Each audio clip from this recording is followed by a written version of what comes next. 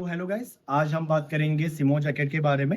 ये जो डिकैथलॉन में सबसे महंगी या फिर कह सकते हैं कि सबसे ज़्यादा टेम्परेचर सस्टेन करने वाली कोई जैकेट आती है, वो आती है सिमो की jacket. That is called the Makalu jacket.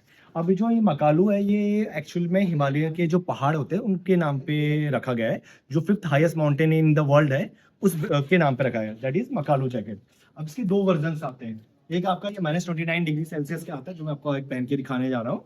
और एक आता है इसका -10 डिग्री सेल्सियस, जो मैं दिखाऊंगा दोबारा। ठीक है। अब आप काफी लोग कहेंगे कि यार ये जो ये मकालू जैकेट है -29 डिग्री सेल्सियस वाली, इसमें कोई दूसरा कलर नहीं आता क्या? अब खुद सोचिए, -29 डिग्री सेल्सियस की आप जैकेट पहन रहे हैं, आप स्नो में जा रहे हैं और आप कोई डल कलर पहनेंगे तो आपको वो विजिबल होने के लिए आपको चटक पटक कलर चाहिए ना, तो इसलिए ये ऑरेंज जैकेट रहती है। अब ये ना नॉर्मल पॉकेट्स रहेंगी। जो ये पॉकेट्स होती हैं आपके वार्मर्स रखने के लिए होती है। आप यहाँ पर सॉकेट्स रख सकते हैं, अपने हीटिंग पैड्स रख सकते हैं।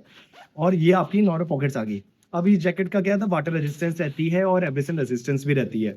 आप कहेंगे कि ये बाकी जैकेटों की कंपैरिजन में इतनी ज़्यादा वार्म कैसे रखती है? क्योंकि इसमें 800 क्वीन की फिलिंग करी जाती है। अब ये जो उसमें जो डक और डाउन का जो रेशियो होता है, वो 90% आपका डाउन रहता है और 10% आपकी फिलिंग रहती है फेदर्स की। ठीक है। और जैकेट में यहाँ पर से आपको एकदम टाइटिंग मिल जाता है, अंदर से वेलक्रो मिल जाता है। और जैसे ये जैकेट बनाई जाती है, तो ये एक्चुअली में क्लाइंबिंग के बेसिस पे बनाई जाती है। अभी जैकेट में इतनी लॉन्ग जैकेट रहती है, ठीक है। मान लो कि क्लाइंबिंग के टाइम पे आपको मूवमेंट चाहिए, तो उसमें क्या रहता है, नीचे से पॉकेट नीचे से चेन भी रहेगी। आपने ये चेन खोली आपने, ताकि फ्रीडम ऑफ मूवमेंट आपको मिल जाए।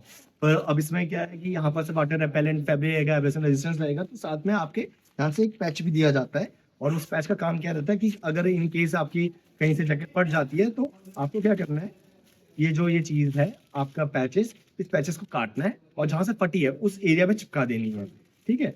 और जो ये आप अंदर पॉकेट्स दे रहे हैं, ये पॉकेट्स होती है आपके ग्लव्स रखने के लिए, क्योंकि अगर इतने वार्मनेस चाहिए आपको इतने ज़्यादा ठंडे वेदर में, तो आपके पास अच्छे ग्लव्स होने चाहिए, ठीक है? उस ग्लव्स को रखने के लिए डबल लाइनिंग वाले ग्लव्स होते हैं, वो ग्लव्स को रखने के लिए यहाँ पर एक जगह दी गई होती है।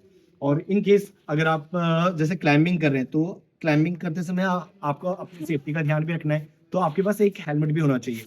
तो उसका जो ये हुड है आपका, ये इतना ज़्यादा स्ट्रेचेबल है कि आपका एक पूरा हेलमेट आ सकता है इसके अंदर से।